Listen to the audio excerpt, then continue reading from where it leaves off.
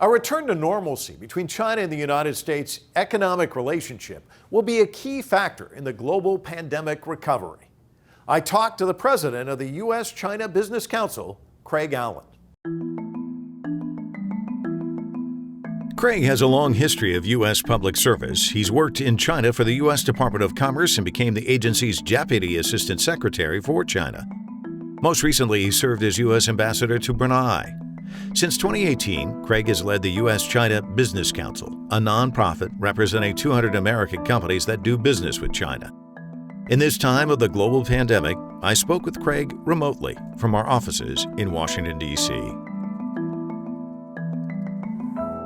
Give me a sense of where you find most people right now when you talk to them on this really important bilateral relationship. Well, I think that within the business community, there is a hope for greater predictability in the relationship going forward. Over the last 4 years with tariffs in place, it's been difficult to make decisions, difficult to invest, difficult to travel back and forth. And so we're hopeful that a more stable equilibrium can be reached where decisions can be made and you know that they're sound decisions and won't be upstaged by sudden shifts in government policy. And I think that on both the Chinese side and on the American side, there's a shared wish for greater stability within the relation. There is unease also that the political dynamic might get worse before it gets better. But I'm hopeful that we will be able to contain the tensions, manage the differences, so that we could explore the collaborative elements within the relationship. How much collaboration remains unclear. In mid-March 2021, top diplomats from China and the U.S. met in Alaska, but the two sides left the talks without issuing any joint statements. On the economy, China's top diplomat Yang Jiechi said China's development was, quote, unstoppable, while Secretary of State Anthony Blinken said the U.S. delegation would continue to protect American companies and jobs. I think that underlying this relationship is economics, trade, investment, and finance. For most American states, China is the third largest export market after Canada and Mexico. So China is our largest overseas market, and that's very important. And so the economics of this, I think, are quite interesting and potentially strong. We do have a good Phase 1 agreement that President Trump and Vice Premier Liu He negotiated. I think that if we could carry forward with the trade talks, have a Phase 2 agreement and get rid of the tariffs, we would be in a much better place. And indeed, there are many tens, hundreds of thousands of more potential American jobs that could be created were we to address our economic issues in a more constructive manner. And that is the responsibility of both governments. By the way, it's in the interests of both governments as well. China is increasing market access in its domestic economy. The United States would benefit from getting rid of the tariffs. So there is a potential win-win here that could set the relationship on a more positive track. Economics are important, jobs are important, and the more jobs and interdependent we are, the easier it will be to get along. And the more fair and balanced that relationship is, the easier it will be to maintain political equilibrium. Right now, that's a little bit tough, but we can get there with political will and diplomatic work. You mentioned the jobs. It seems to me how you see things from Washington and Beijing, a lot of times it's a much different look in Little Rock. I remember interviewing Asa Hutchinson, the governor there, and Matt Bevin in Kentucky, the former governor of Kentucky. And it's not just Republicans, Democrats, John Hickenlooper, when he was governor in Colorado, all three of them just emphatic that they wanted relations to kind of warm because so many jobs were at stake. So if you can, talk to us about that government level, when you look at federal governments, but then the subnational level, how that's where the deals get done, and that's where it can be vital to local economies. Well, it's absolutely true that state governments have different views of China than would be the norm in Washington. And many state governments are cognizant that a large percentage of their exports are going to China, and they all want to grow that percentage of exports. There is another cadre of American governors that look at potential Chinese investment in their state. And I think that there's not a governor in the land, either in China or in the United States, that would be unhappy about additional job creating employment opportunities in their province or in their state. And so there is a little bit of dissonance in our federal government between the state level and the national level. And both are important and both need to be managed. And that tension certainly does make things a lot more interesting on when you look at U.S.-China relations in their totality. Cybersecurity was also brought up at the Alaska summit. China believes their tech companies are targeted through bans by the U.S. China's dominance of 5G networks was labeled by the previous U.S. administration as a threat to security.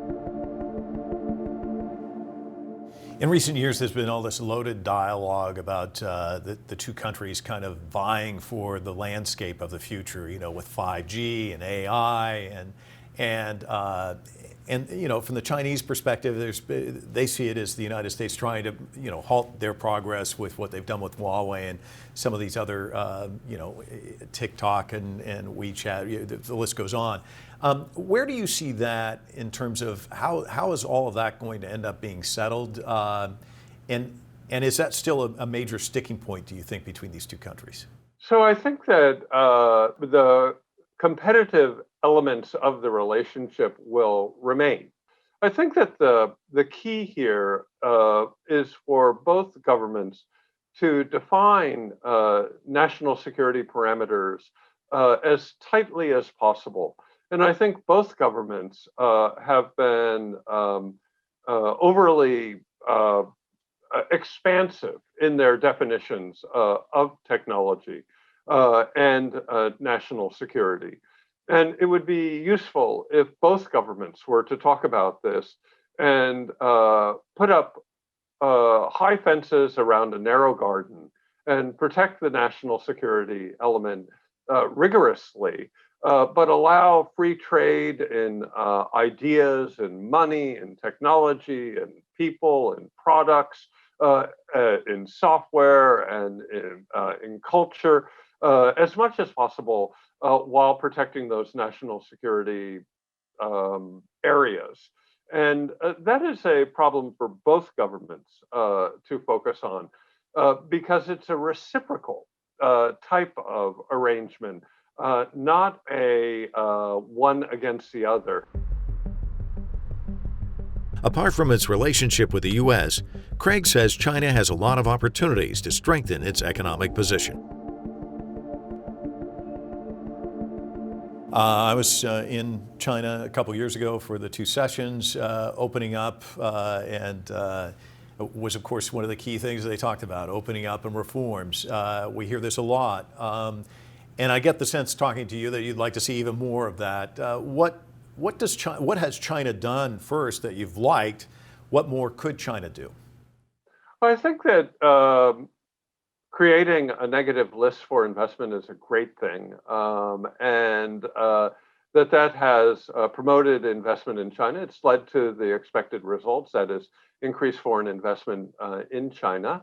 I think that the Chinese government could do a much better job at creating a level playing field in China for foreign investors.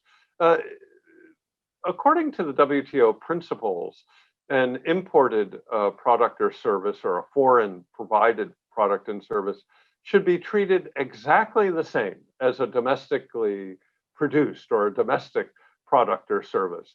And I don't think that most foreign companies would feel that way in China. So there's plenty of room for improvement there. We do have 20% tariffs going both ways across the Pacific. And they really do need to be addressed for us to get back to a sense of normalcy and to be able to grow the relationship in a more normal way. It's maybe not impossible, but extremely difficult for a small or medium-sized American company to address the China market with those 20% tariffs in place. And similarly, it would be very difficult, if not impossible, for a small Chinese company to be able to provide their innovative or new goods to the United States with those tariffs in place. So let us not forget that we have some work to do here that would be very beneficial for both sides if we were able to move forward with tariff reduction in return for improved market access in the China market in the near term. Give me a sense of what the pandemic has done in terms of this relationship, at least from the business community. Well, I think that the pandemic has had shown both the best and the worst of the business relationship. On the best side, there has been an enormous amount of collaboration on research and development and providing PPE back and forth across the Pacific. In March, when Wuhan was so horribly hit, we facilitated huge shipments to Wuhan. And in the meantime, of course, there have been a lot of shipments from China to the U.S. and around the world. And so there's been a lot of collaboration at the business to business, scientist to scientist, technician to technician, business person to business person level. At the same time, there has been a real impact on trade going back and forth. And one example of that is off the port of Los Angeles or Oakland or San Francisco, there are dozens and dozens of ships that can't unload and containers that are traffic that is all messed up and extremely expensive. So COVID has really impacted us in many unforeseen ways, and it's continuing to do so. And it has disrupted normal business in ways that only historians will fully comprehend. Well, hopefully next time we talk, we'll be eating hot pot in Beijing and things will be back to normal. It'll be nice to see that. It's always a pleasure talking to you. Thanks so much. Thank you for this opportunity, and I look forward to the hot pot in Beijing.